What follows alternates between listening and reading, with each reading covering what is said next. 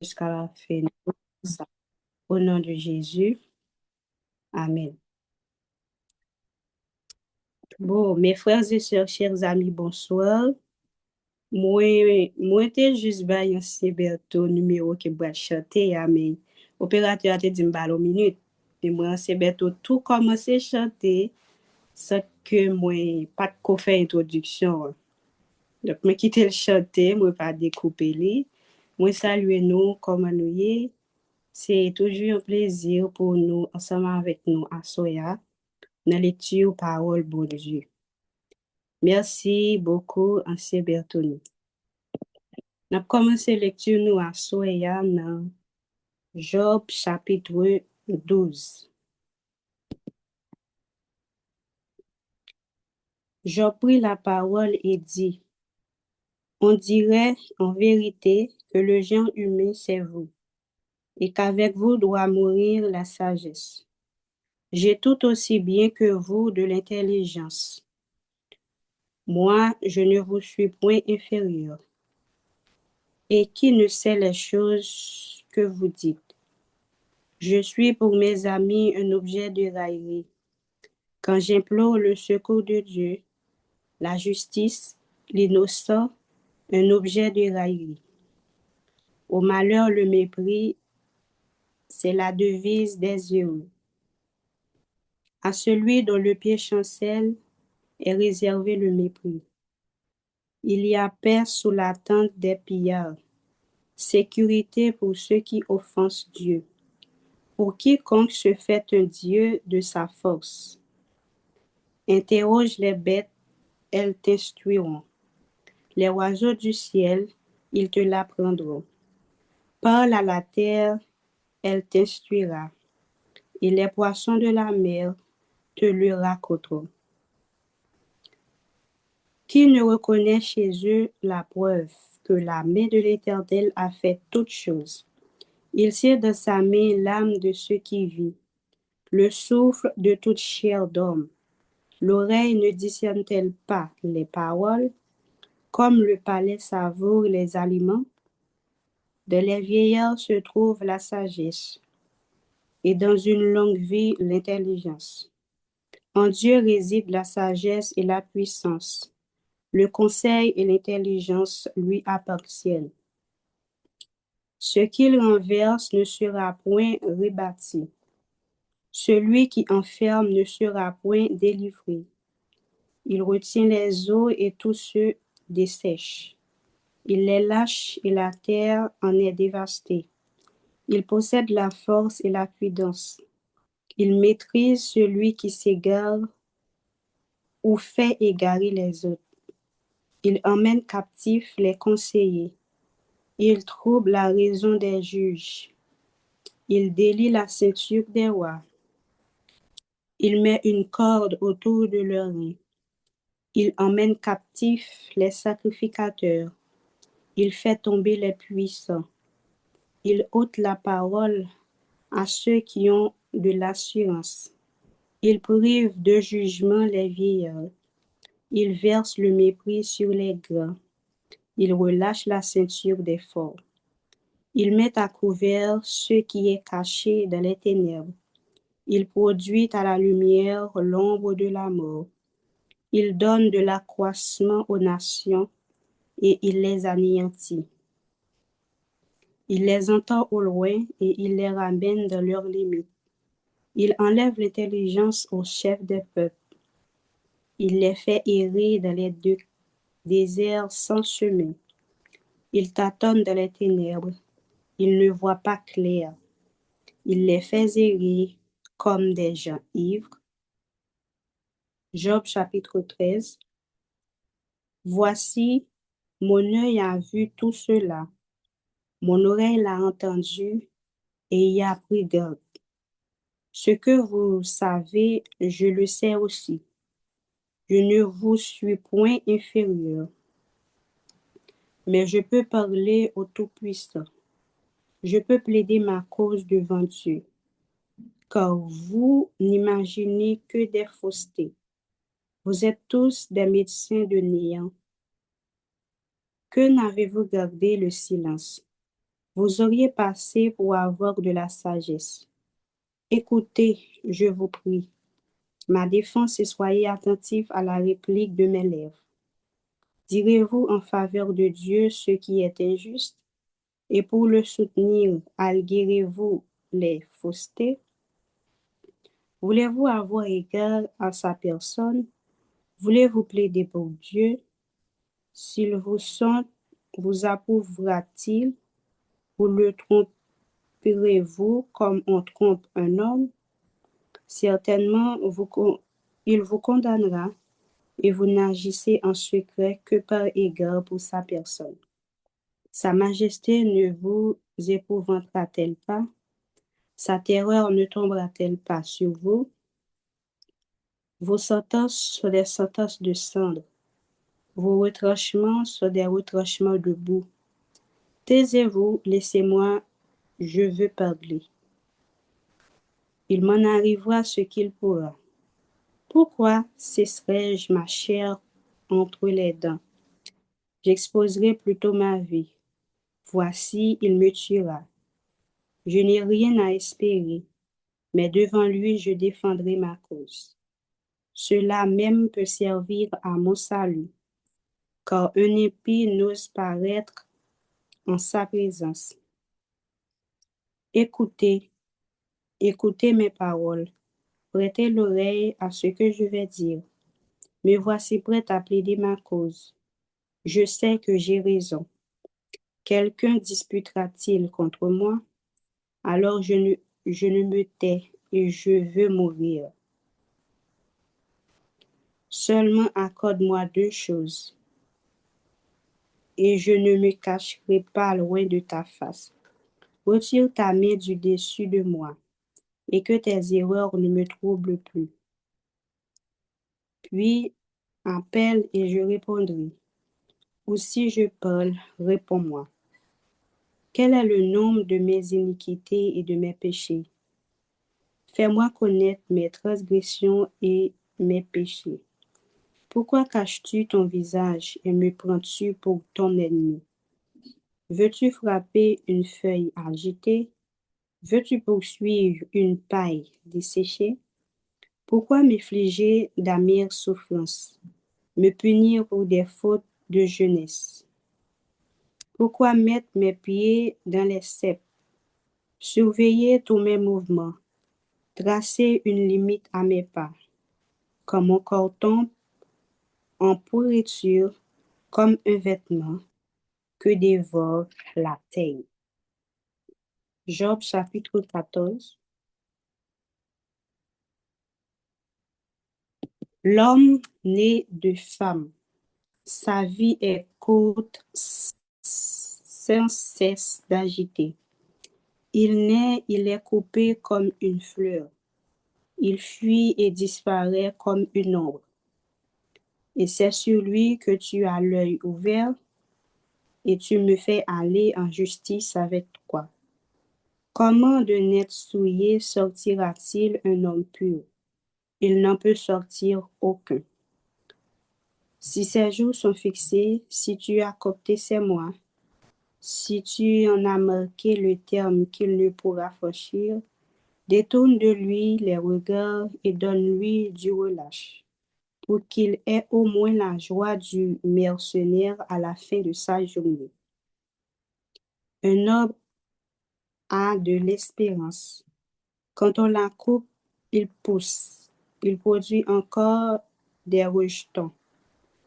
Quand sa racine a vieilli dans la terre, quand son tronc meurt dans la poussière, il reverdit à l'approche de l'eau.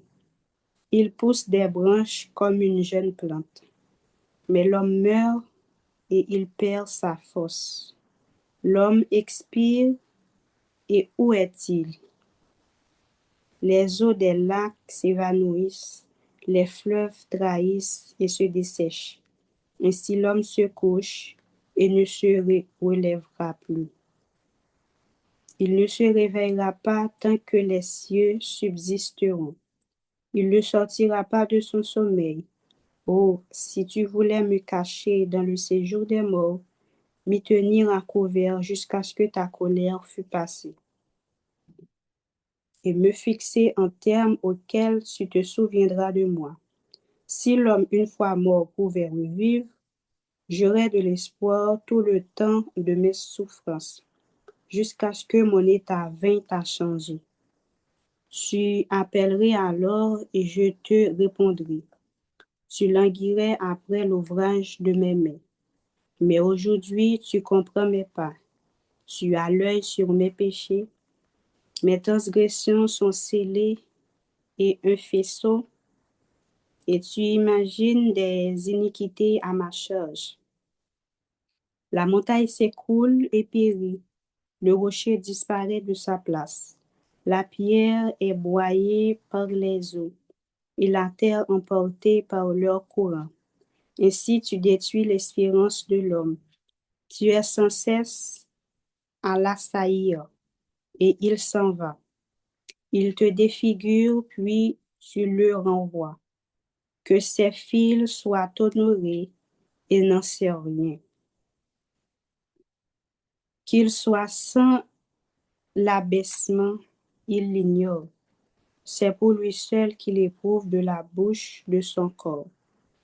C'est pour lui seul qu'il ressent de la tristesse en son âme. Job chapitre 15.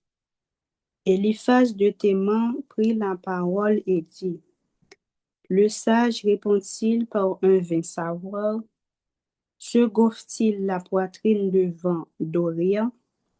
Est-ce par d'inutiles propos de se défendre? Est-ce par des discours qu'il ne servent à rien? Toi, tu détruis même la crainte de Dieu. Tu anéantis tout mouvement de piété devant Dieu. Ton iniquité dirige ta bouche, et tu prends le langage des hommes rusés. Ce n'est pas moi, c'est ta bouche qui te condamne. Ce sont tes lèvres qui déposent contre moi. Es-tu né le premier des hommes? As-tu été enfanté avant les collines? As-tu reçu les confidences de Dieu? As-tu dérobé la sagesse de ton profit? Que sais-tu que nous ne sachions pas? Quelle connaissance as-tu que nous n'ayons pas? Il y a parmi nous des cheveux blancs, des vieillards, plus riches de jours que ton père. Tiens-tu pour peu de choses les consolations de Dieu et les paroles qui doucement se font entendre à toi, où ton cœur t'entraîne-t-il, et que signifie ce roulement de tes yeux? Quoi, c'est encore Dieu que tu tournes ta colère et que ta bouche exalte de pareils discours? Qu'est-ce que l'homme pour qu'il soit pur? Celui qui est né de la femme peut-il être juste? Si Dieu n'a pas confiance en ses saints, si les cieux ne sont pas purs devant lui, combien moins l'être abominable et pervers, l'homme qui boit l'iniquité comme l'eau. Je vais te parler, écoute-moi. Je raconterai ce que j'ai vu, ce que les sages ont fait connaître, ce qu'ils ont relevé l'ayant appris de leur père. À eux seuls appartenait le pays, et parmi eux ni l'étranger n'était encore venu. Le méchant passe dans l'angoisse tous les jours de sa vie, toutes les années qui sont le partage de l'épée. La voix de la terreur retentit à ses oreilles. Au sein de la paix, le dévastateur va fondre sur lui. Il n'espère pas échapper aux ténèbres. Il voit l'épée qui le menace. Il court çà et là pour chercher du pain. Il sait que le jour des ténèbres l'attend. La détresse et l'angoisse l'épouvantent. Elle l'assaille comme un roi prêt à combattre. Car il a levé la main contre Dieu. Il a bravé le Tout-Puissant. Il a eu l'audace de courir à lui sous le dos épais de ses boucliers. Il avait le visage couvert de graisse les flancs chargés d'un pourpoint, et il habite des villes détruites, des maisons abandonnées, sur le point de tomber en ruine. Il ne s'enrichira plus, sa fortune, il ne relèvera pas. Sa prospérité ne s'étendra plus sur la terre. Il ne pourra pas dérober aux ténèbres. La flamme consumera ses rejetons, et Dieu le fera périr par le souffle de sa bouche. S'il a confiance dans le mal, il se trompe, car le mal sera récompensé. Elle arrivera avant le terme de ses jours, et son rameau ne verdira plus. Il sera comme une vigne dépouillée de ses fruits encore verts, comme un olivier dont on a fait tomber les fleurs. La maison de l'impie deviendra stérile, et le feu dévorera la tente de l'homme corrompu. Il conçoit le mal et il enfante le mal. Il mourut dans son sein des filles qui le trompent. Job chapitre 16. Job prit la parole et dit, j'ai souvent entendu pareille chose. Vous êtes tous des consolateurs fâchés. Quand finiront ces discours en l'air? Pourquoi cette irritation dans tes réponses? Moi aussi je pourrais parler comme vous. Si vous étiez à ma place, je vous accablerais de paroles. Je secouerai sur vous la tête, je vous fortifierai de la bouche, je remuerai les paroles pour vous soulager. Si je parle, mes souffrances ne seront point calmées. Si je me tais, en quoi sera-t-elle moindre? Maintenant, hélas, il m'a puisé. Tu as ravagé toute ma maison. Tu m'as saisi pour témoigner contre moi. Ma maigreur se lève et m'accuse en face. Il me déchire et me poursuit dans sa fureur. Il grince des dents contre moi. Il m'attaque et me perce de mon regard. Il ouvre la bouche pour me dévorer. Il m'insulte et me frappe les joues. Ils s'acharnent tous après moi. Dieu me livre à la merci des impies. Il me précipite entre les mains des méchants. J'étais tranquille et il m'a secoué. Il m'a saisi par la nuque et m'a brisé. Il a tiré sur moi comme un but. Ses traits m'environnent de toutes parts. Il me perce les reins sans pitié. Il répand ma bile sur la terre. Il me fait brèche sur brèche. Ils font sur moi comme un guerrier. J'ai conçu un sac sur ma peau. J'ai roulé ma tête dans la poussière. Les pleurs ont altéré mon visage. L'ombre de la mort est sur mes paupières. Je n'ai pourtant commis aucune violence. Je n'ai et ma prière fut toujours pure. Ô terre, ne coupe point mon sang, et que mes cris prennent librement leur essor. Déjà maintenant, mon témoin est dans le ciel. Mon témoin est dans les lieux élevés. Mes amis se jouent de moi. C'est Dieu que j'implore avec larmes. Puisse-t-il donner à l'homme raison contre Dieu et au fil de l'homme contre ses amis, car le nombre de mes années touche à son terme, et je m'en irai par un sentier d'où je ne reviendrai pas. Job chapitre 17. Mon souffle se perd, mes jours s'éteignent, le sépulcre m'attend. Je suis environné de moqueurs et mon œil doit contempler leurs insultes. Sois auprès de toi-même ma caution, autrement qui répondait pour moi, car tu as fermé leur cœur à l'intelligence. Aussi ne les laisseras-tu pas trop triompher? On invite ses amis au partage du butin. Et l'on a des enfants dont les yeux se consument. Il m'a rendu le fable des peuples, et ma personne est un objet de mépris. Mon œil est obscuré par la douleur. Tous mes membres sont comme une ombre. Les hommes droits en sont stupéfaits, et l'innocent se soulève contre l'impie. Le juste néanmoins demeure ferme dans sa voie. Celui qui a les mains pures se fortifie de plus en plus. Mais vous tous, revenez à vos maîtres, à vos mêmes discours, et je ne trouverai pas un sage parmi vous. Quoi, mes jours sont passés, mes projets sont anéantis, les projets qui remplissaient mon cœur, et ils prétendent que la nuit c'est le jour, que la lumière est proche quand les ténèbres sont là. C'est le séjour des morts que j'attends pour demeure. C'est de les ténèbres que je dresserai ma couche. Je crie à la fosse, tu es mon père. Et au vert, vous êtes ma mère et ma sœur.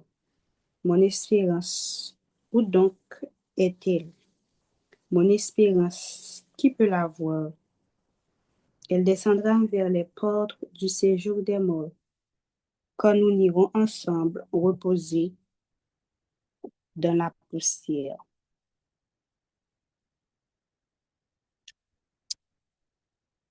Nous souhaitons pour nous dans Job chapitre 12, 13, 14, 15, 16 et 17. Juste avant que nous cédions micro, on nous prie. Merci, bon état de Père Céleste, Papa nous qui en haut dans le ciel, là, du fait que vous êtes ensemble avec nous pendant que nous t'appelons parole. Nous prenons le micro avec l'autre intervenant, on va continuer rester bon côté nous chaque qui vient pour exercer un point dans le programme pour assoya. Nous prions comme ça au nom de Jésus. Amen.